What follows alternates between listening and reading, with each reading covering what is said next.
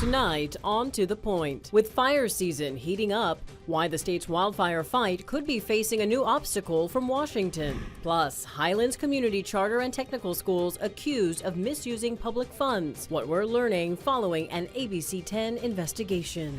After nearly a decade in the making, a first-of-its-kind hospice for the unhoused is opening in Sacramento. And later, celebrating Pride. Meet the Sacramento cheerleading team breaking the mold and making a difference. Good evening, and thank you so much for joining us on To the Point. I'm Laura Painter. Tonight, PG&E has activated its Emergency Operations Center as it prepares for possible public safety power shutoffs. The utility company says fire weather conditions could force them to cut power starting as early as tomorrow in parts of 15 counties, including Colusa, Shasta, San Joaquin, and Stanislaus. More counties could be added. The shutoffs are a wildfire prevention measure tied to high wind and dry conditions.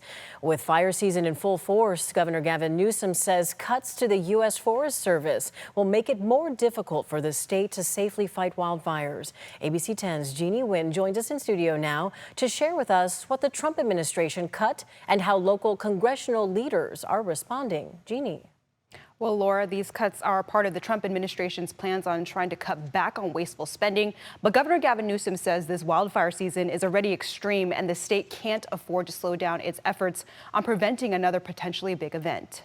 On Wednesday morning, President Donald Trump doubled down on his criticism of California's efforts to mitigate any potential wildfire risks. You clean the floor of your forest and you won't have any forest fires. You know, Austria has very, very flammable trees. They don't have forest fires because they clean the floors. They maintain their forests. This comes after the Trump administration continues to make cuts in an effort to roll back on any wasteful spending, impacting the U.S. Forest Service. The department says it manages about 20 million acres of forest land in the state. The governor's office says the cuts have caused the Forest Service to lose 10% of all positions and 25% of positions not relating to wildfire response. Communities most affected by our decisions must be willing partners in any plans made by the federal government. Republican Congressman Kevin Kiley wasn't able to do an interview with ABC 10 on this story, but a spokesperson from his office says Kiley is a firm believer that local communities should have a seat at the table for public lands discussions. Last month, Kiley emphasized his stance on the House floor. I urge my colleagues to oppose any plan that would supersede the will of our local communities and reject efforts to force land decisions without prior consultation. The U.S. Forest Service would not do an interview with ABC 10 either, but a spokesperson with the USDA who oversees the Forest Service tells us the department has hired 96% of its 11,300 firefighters hiring target and anticipates being fully staffed by mid-July. The department adds it has the strongest and most prepared wildland firefighting force in the world. And Governor Gavin Newsom has announced $72 million for wildfire risk reduction projects across the state and 16 new vegetation management protection projects spanning more than 7,000 acres, Laura. All right, Jeannie Nguyen for us live in studio. Thank you. New tonight, Twin Rivers Unified says Highlands Community Charter and Technical Schools has violated multiple laws. The district also accuses the adult charter school of misusing hundreds of thousands of dollars in public funds and violating key agreements that allow it to operate. Twin Rivers, which oversees Highlands, says the school used taxpayer money for a $725,000 luxury condo in San Diego, despite having no students in the area. It was the most expensive unit in the building with views of Petco Park. The district also flagged Highlands' sponsorship of the Marysville Drakes, a private baseball team. The school paid for stadium upgrades, all issues first uncovered by ABC 10's investigation, The Wild West of Education. Highlands has since ended that deal, but the contract still locks them into $33,000 a year through 2026. Other violations include using the school's truck driving program for non-students, employing teachers without proper credentials, overcrowded classrooms, and not providing required instruction time for students. Twin Rivers is now taking the first steps to revoke Highlands' charter. The school has until September to correct the problems. ABC 10 reached out to Highlands for comment on this notice of violations, but they did not respond. Next week, the California State Auditor is expected to release a report on Highlands. And that audit, sparked by ABC 10's investigation, will also examine whether Twin Rivers has provided proper oversight and if they should have flagged these issues years ago. We'll bring you those findings as soon as they're released. Local leaders held a ribbon-cutting ceremony today for Joshua's House, which is some 10 years in the making. It's a new hospice that'll provide end-of-life care specifically to the unhoused. Located in South Natomas, the hospice is set to officially open next month and will be owned and operated by YOLO Cares. The hospice will serve up to 15 people to start, and only those referred by local hospitals. Leaders say it's the first of its kind on the West Coast. It took the entire community to come together to do this. A project like this doesn't just happen. It really requires collaboration, support, and goodwill from the community at all levels. And that's what this really represents. Joshua's House founder, Marlene Fitzwater, suffered a stroke several weeks ago and wasn't able to make today's ceremony. She watched virtually. Joshua's House is named for her grandson, who died unhoused in Nebraska more than a decade ago. Let's get to your price points right now. Tonight, the Federal Reserve is holding steady on interest rates despite mounting political pressure from President Trump. The Fed indicated there will be 2 rate cuts later this year. They expect economic growth to slow and unemployment numbers to grow, as well as inflation to increase by 3%, up from where it currently stands. Fed Chair Jerome Powell says he's concerned about the full effects of President Trump's tariffs and inflation. Our job is to make sure, one of our jobs is to make sure that a one-time increase in inflation doesn't turn into an inflation problem. Ultimately, the cost of the tariff has to be paid, and some of it will fall on the end consumer. This comes as drivers are feeling pressure at the pump. Gas prices are already climbing in 49 states. This week, according to Gas Buddy, the national average now at $3.15 a gallon. In California, it's at $4.62 a gallon. Still ahead on To the Point, California Democrats gear up for 2026. How leaders are coming together as the race for governor takes shape. And it was a hot day today. We were almost 100 in Sacramento, 100 everywhere else. We do cool off, but then we're looking at fire danger. I've got the forecast after the break.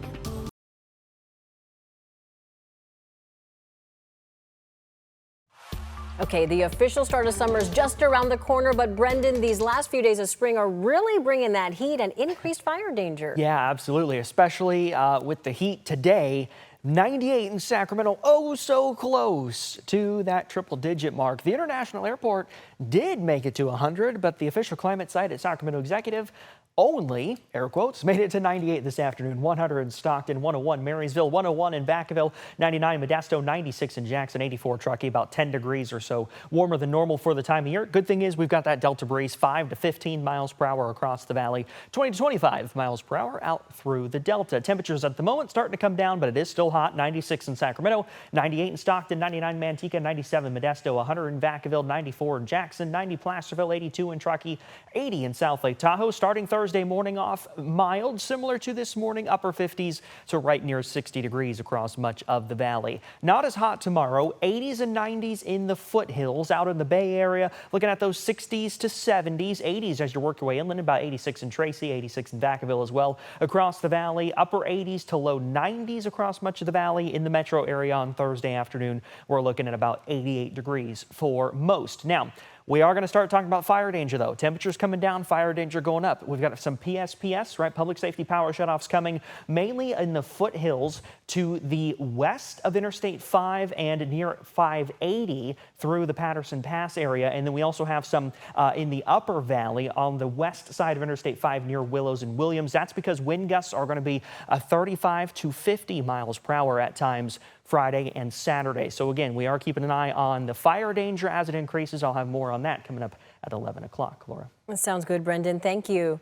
Next, on To the Point, the battle for California's top job is on. We take you inside the convention, where it all starts. And later, celebrating Pride, how a Sacramento cheerleading team is creating a space for the LGBTQ+.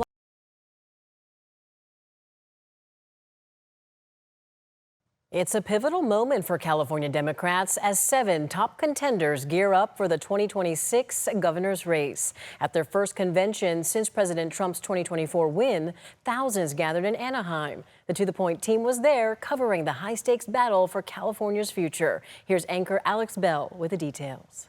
Okay, I'm donating right now. The California California Democratic Convention. Mr. Schiff. The state convention can do so much. We can pass resolutions, we can support legislation, we can endorse candidates. Hi there. We're emailing Governor Newsom to ask him to put back The first major gathering of California's Democrats since the November election. The implications are pretty simple. We need to participate in our party convention to make sure that in the next election we have someone reasonable and we can flip the midterm elections. This spring's convention theme, California Strong. A message California Democratic Party Chairman Rusty Hicks says isn't just a goal, but a reflection of who Californians already are. And I think despite the challenges and political headwinds, we are California strong. 10 million Democrats, nearly 80% of the state and legislative seats in the state legislature and in Congress. There's a lot to be proud of and a lot to build from. But more than just party business happened in Anaheim. Delegates in the California Democratic Party, the largest state Democratic Party in the country, shared where they think things stand and what they want to see next. What I want to see here is something about what direction we're going in, how we were going to defeat Republicans next year, in 2026, and what we need to do to organize and be effective. So far, that message has not reached the ears of people. It's just, yes, we need to do better. So what is the plan? That's what I want to hear. What is the plan? I feel like we're feeling this sense of despair. And, I think coming out of the election, there's this sense of everything's doom and gloom. So I want to hear more hope, but I want to hear real tangible things on how we're going to accomplish this change and how we are going to take things back. Delegates are also looking at who is ready to lead California. This time we have a woman governor. Newsom has not been leading us. He's been more concerned about running for president, so he's doing all kinds of weird stuff right now. Things that are not in the best interest of California. The top Democrat in the state, Governor Gavin Newsom, was noticeably missing at the convention this year. Everyone has their own life to live, and we listen and we don't judge. But not everyone felt the same. I was surprised that he's not here. I think that if he wanted to garner support from the California Democratic Party, or if he wanted to encourage the party, he would be here in some fashion, virtually, in person. There are a lot of different ways to take part, and so I think that his absence is notable. We heard that Governor Gavin Newsom is not going to be here. What are your thoughts on him not attending? Sounds like it's a question for him. Question for him. But I know that, the California Democratic Party has, strongly supported him. I guess, what do you think it says to voters in California that he isn't here? Well, I think it's a reminder that there are 10 million California Democrats in this state, that this is an incredibly diverse party, and there are a lot of important voices in this party. And we're going to hear from many of them over the course of the next couple days. Former Vice President Kamala Harris made a video appearance at the convention. And proving that our fight to advance freedom and justice must continue. But stopped short of answering the big question on many minds, whether she plans to run for governor. Harris's former running mate headlined the convention, talking about their November loss. But somewhere we strayed from our North Star. Right here, right now, Trump and the Republicans are going to screw stuff up enough with the working class. We're going to have an opportunity to be their champions. Governor of Minnesota Tim Walz and Senators Cory Booker and Adam Schiff all spoke, focusing on the 2026 election and fighting back against President Donald Trump's administration. When they want to shut down Social Security offices for our seniors, we say, hell no. When they want to cut services to our veterans, do we let them? Hell no. Chairman Hicks doubling down on the same message. And going into the new year, would you say that there are one or two really main focuses this year? Well, certainly the fight for 2026 doesn't start in 2026. It starts right here, right now. And I think we have to do two things. We have to ensure that we push back and fight back against what we're seeing out of Washington, D.C. California is right in the firing line when it comes to the actions of the Trump administration. So we have to both protect vulnerable communities and ensure that we're organizing for the political fights ahead, and I think we're well positioned to do both. The 2024 elections, what do you think the outcome of that election really said about where voters, or specifically Democratic voters, are right now? You know, we have to reflect on and reckon with what happened in 2024. I think we certainly have a lot to be proud of, especially here in California. While we didn't win the the top of the ticket race for the White House, California bucked the trend, pushed back against some tough political headwinds to be able to win 6 of 8 congressional seats, flip 3 seats from red to blue, move us that much closer to being able to retake the House of Representatives in 2026. And so certainly we've got to reckon with some of the turnout challenges in key communities and assess what that means for us headed into a tough election cycle in 18 months. Does the party have their eye on any candidate for governor that they're going to back this year or next year? There's a deep bench, a lot of talent in the Democratic Party. And so, you know, I expect there to be a long conversation over the course of the next 18 months about what the next vision, the next chapter, the next era for California really looks like. But I expect it to be led by a Democrat. The To The Point team sat down with the top 7 Democrats vying to replace Governor Gavin Newsom. You can watch the full interviews by searching California Dems on the free ABC 10 Plus TV streaming app. We're back after this.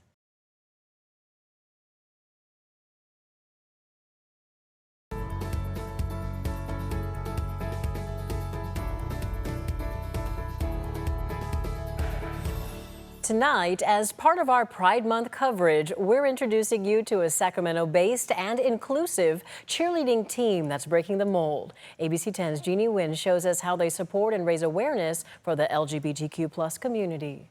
1, 2, 3, 4, 5, 7, 8. At first glance, this might look like your average cheer practice. 7, 8, 1. But if you look closer, you'll see everyone has a story. I felt the passion for it. So myself and 4 other of our board members decided to create this program. That passion led Adon Washabaugh to create the Sacramento Cheer Elite Team 3 years ago. All right, let's try this one. We are open to all experience levels. Whoa. I was like, why is levitating? You do not have to be a cheerleader. You do not have to be a dancer. We are a philanthropic organization at heart. The team is part of the Pride Cheerleading Association, whose goal is to raise awareness and funds for LGBTQ+ causes. We want to create a space that's open and welcoming to all of the LGBTQ community, as well as our allies. So we have all different genders, we have different gender expressions, religious beliefs, people who are straight, people who are allies. That inclusive spirit is what drew in Blake Young. I am a gay black man, and I just love being out in the community as its own, but being on this team and actually like taking people with me to these events and being part of like giving everybody their visibility and being able to just be like, I'm here.